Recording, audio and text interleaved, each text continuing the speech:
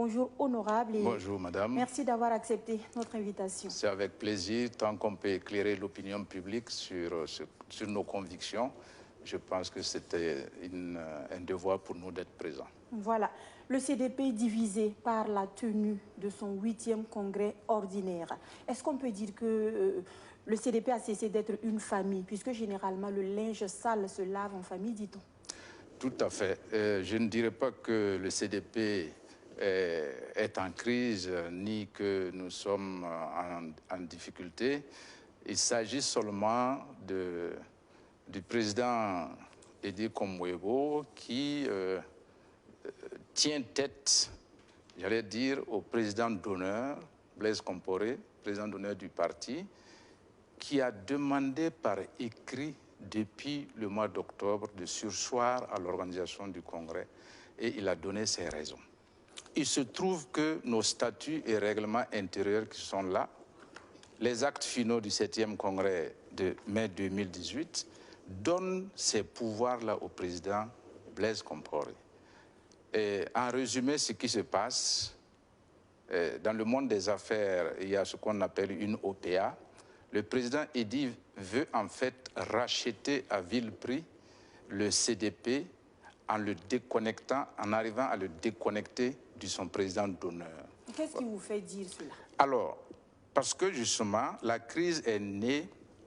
Vous aviez dit précédemment que vous n'êtes pas en crise et vous admettez finalement qu'une crise est née. Les troubles, en fait, ce que vous entendez, l'origine, en fait, ce sont les textes, les projets de textes qui devaient être examinés par les membres du BN, dont je suis membre, pour aller au BPN et ensuite au Congrès. Il se trouve que dans ces projets de textes, on a compris, nous en tout cas, l'objectif recherché. Les concepteurs de ce document disent clairement qu'il faut faire des réformes dans le parti. Et le premier point de réforme, c'est le changement du nom et du logo du CDP.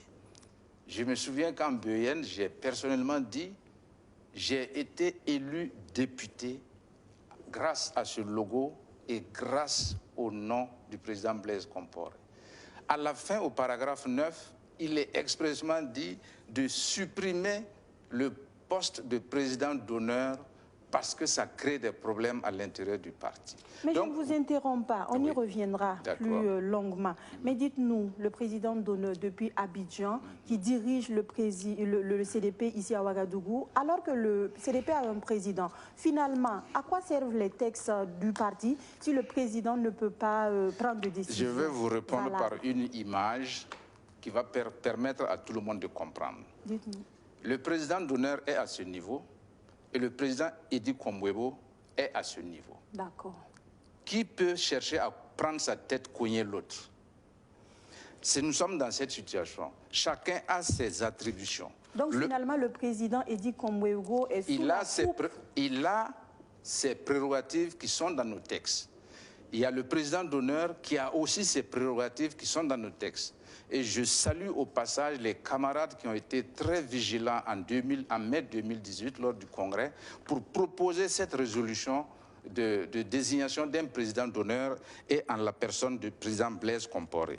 Et pourquoi est-ce qu'en son temps vous avez jugé nécessaire de trouver ce poste-là? Je ne faisais pas partie des concepteurs de cette idée, mais nous avons compris par la suite que le président Blaise Compaoré est ce qu'on peut appeler l'âme du parti. Et ça, dans tous les partis, ça existe.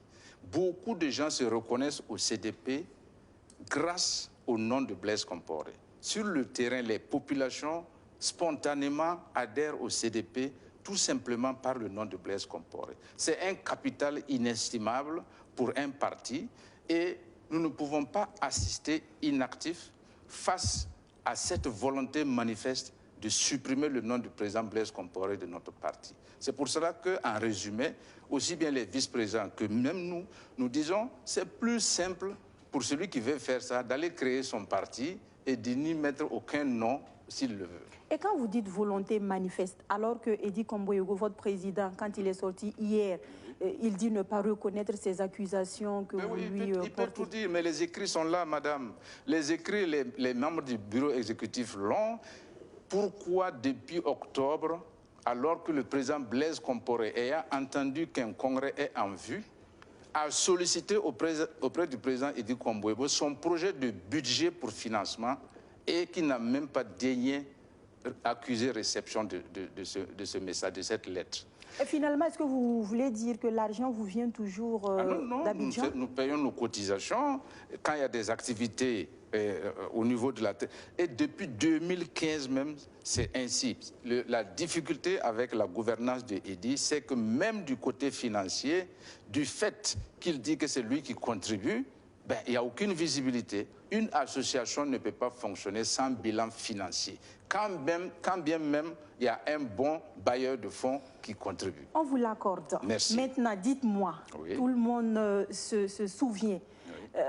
Le parti, l'ex-parti au pouvoir, voilà. Edi Kambouébo a contribué à redorer le blason. On peut dire qu'il a contribué à la résurrection du parti. Laissez-moi terminer, s'il vous plaît. En injectant de ses finances. Est-ce que vous ne pensez pas qu'il soit nécessaire ou bien qu'il soit opportun pour lui à un certain moment de la vie politique de dire « Ah ben maintenant je prends les décisions puisque je finance en grande partie ». Qui nous en donne la preuve, nous entendons cette chanson alors qu'aucun bilan financier n'est fait à l'intérieur du parti.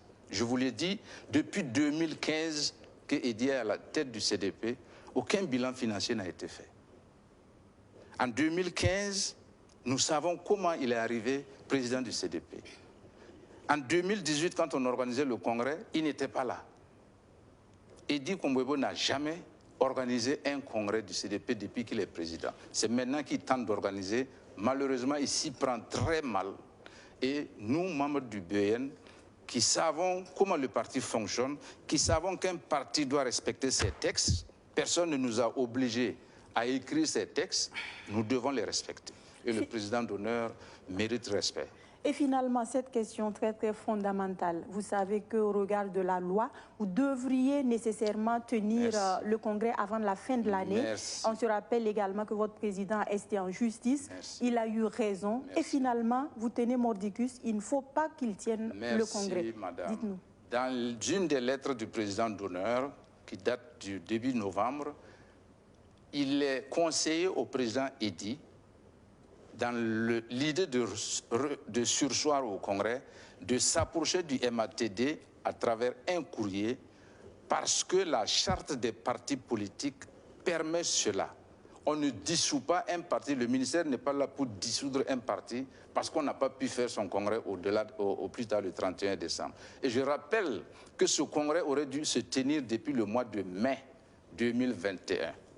C'est le président Edi qui a demandé à ce qu'on reporte en novembre pour finalement nous retrouver en décembre. Donc déjà, c'est sa gouvernance qui a amené que le congrès n'a pas pu se tenir en mai 2021. Cela étant dit, le ministère est réceptif et la charte des partis politiques indique que tout parti politique qui a des difficultés peut s'adresser au ministère pour avoir une prolongation peut-être de 3 mois ou de 5 mois et respecter ses engagements vis-à-vis de l'administration. Pourquoi n'avoir pas fait cela et aller plutôt susciter une lettre signée du ministre? La lettre du ministre n'est pas au-dessus de la charte des partis politiques. Ce n'est pas parce que c'est un ministre qui a signé que c'est au-dessus de la charte des partis politiques qui est une loi.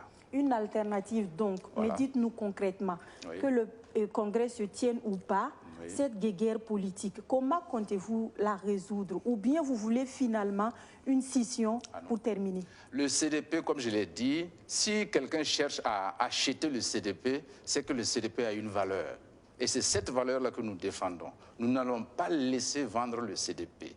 Donc, nous savons que la multitude des militants attendent avec bonheur une issue, j'allais dire, heureuse de ce combat que nous menons. Et nous sommes confiants parce que nous sommes sur la voie de la vérité et Dieu est juste. Voilà, on va donc s'arrêter là pour aujourd'hui. Des accusations portées à l'encontre de Edi Kambouébo qui n'est malheureusement pas là pour répondre. Nous vous disons merci d'être passé nous éclairer sur cette crise. C'était votre version de cette crise.